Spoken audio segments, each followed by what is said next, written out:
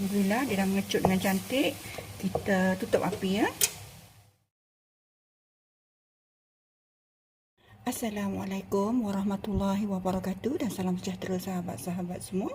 Kita jumpa lagi di channel Masakan Umi Hajar. Hari ini Umi nak masak sambal sotong cara Umi ya, senang dan ringkas ya. Bahan-bahan yang diperlukan: sotong basah sebanyak setengah kg, bawang besar Holland 1 biji, 3 biji bawang merah, 3 biji ataupun 3 ulas bawang putih, 2 keping asam keping dan 2 sudu besar serbuk lada bambas ya.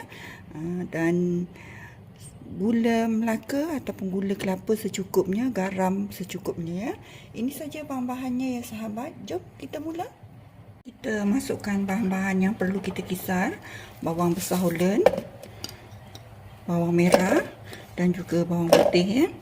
Kita letak air sedikit dan kita masukkan juga serbuk lada ya.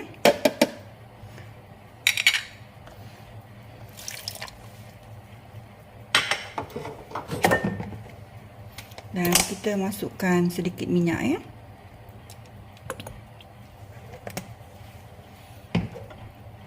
Kita kisar dia sekarang. Kita panaskan pan ataupun belanga terlebih dahulu. Kita sangai dulu sotong ni ya sampai dia dah mengecut. Kemudian kita angkat selama 3 minit ya dengan api yang besar ya. Tujuannya supaya sotong ni tak liat dan sedap rasanya ya.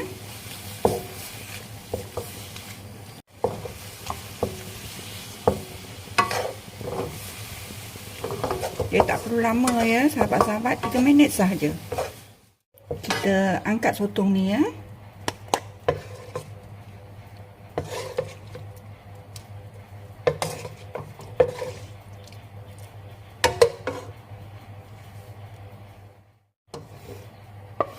Dan air ni kita jangan buang ya. Kita guna nanti untuk masukkan ke dalam sambal nanti. Ni ya, sotong yang telah kita sangai tadi, kita ketepikan dulu. Ini bahan-bahan yang kita kisar tadi, kita ketepikan dulu ya. Kita masukkan sedikit minyak. Sebab tadi kita kisar dah ada minyak, jadi kita letak sedikit saja ya. Kita masukkan bahan-bahan yang kita kisar tadi.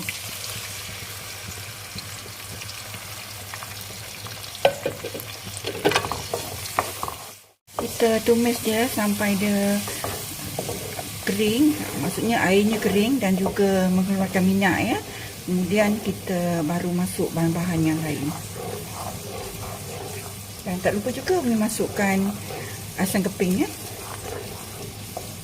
Asam keping ni kita boleh guna sekeping pun boleh, 2 keping pun boleh ya, mengikut cita rasa kita.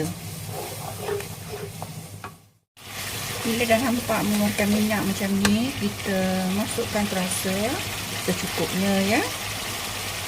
Dan juga garam secukupnya juga, mengikut keperluannya atau cita rasa kita masing-masing.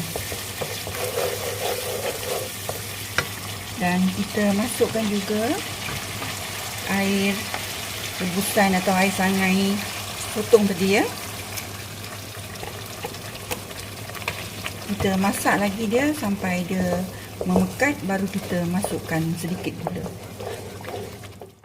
Bila dah nampak pekat macam ni, kita masukkan gula ya.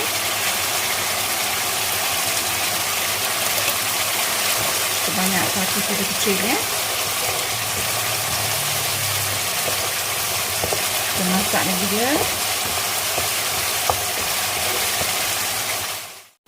Bila dah nampak dia mengeluarkan minyak macam ni, kita masukkan sotong pula ya.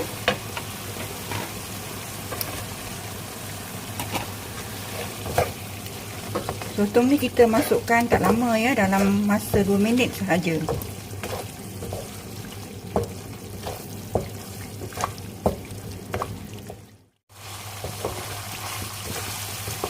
Cukup 2 minit, kita tutup api ya. Dan sotong kita dah masak, bersedia untuk dihidangkan. Ini dia sambal sotong cara Umi, senang dan mudah. Bahannya juga sangat senang dan mudah kita dapati di rumah ya. Di samping rasanya juga sangat sedap dan menyelerakan ya. Umi ucapkan ribuan terima kasih kepada semua sahabat-sahabat yang telah sudi menonton video Umi dari mula hingga akhir. Sekali lagi Umi ucapkan ribuan terima kasih. Assalamualaikum, salam sejahtera serta selamat mencuba.